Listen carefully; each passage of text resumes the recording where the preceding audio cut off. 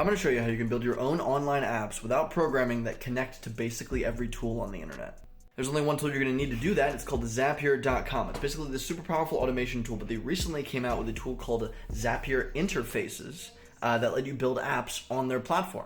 You're going to log in and make an account, and from your main little homepage, you're going to go down to Interfaces. And once you're in Interfaces, you can just create one over on the right. I'm going to click Create, and then we get started. They actually have a ton of templates you can start from, which is really super useful. And you can actually build your own chatbots internally with it inside of the apps. I made a video previously on that. But I'm going to go all the way to the bottom, and I'm going to click Start from Scratch because I just want to show you the whole functionality. And from here, you can add a whole bunch of different components, like over here. I added a text component right here, and I'll customize that in a second, but there's a whole bunch of other little simple components you can add, and there's a bunch more coming soon. There's some really cool stuff like payments that are coming soon.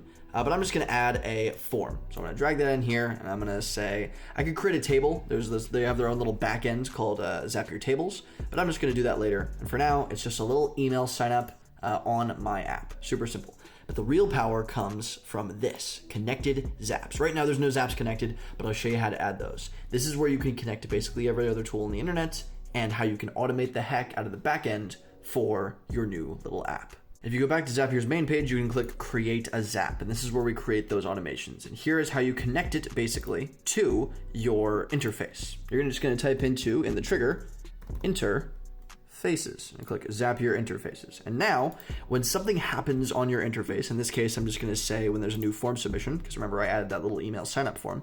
When a new form submission is created, we can trigger however many other actions we want. And there's a whole bunch of different stuff. There are tons and tons of tools that we can search through. I think more than 5,000 others that we can connect to our app. Let's keep it simple. I want to connect it to Slack, and over in the events, I'm going to say it's going to send a direct message to a user. So when somebody signs up on that form submission on our app, it's going to send a direct message in Slack. Super simple. And that's probably just the most basic example I could possibly think of. There's unlimited stuff you can do with this. It's really easy to create things. It's all on one platform, Zapier. And I'm excited to see what you do with it. Let me know if you have any questions. I do a lot of stuff with Zapier. So if you have any questions at all, drop them in the comments below, and I will answer them.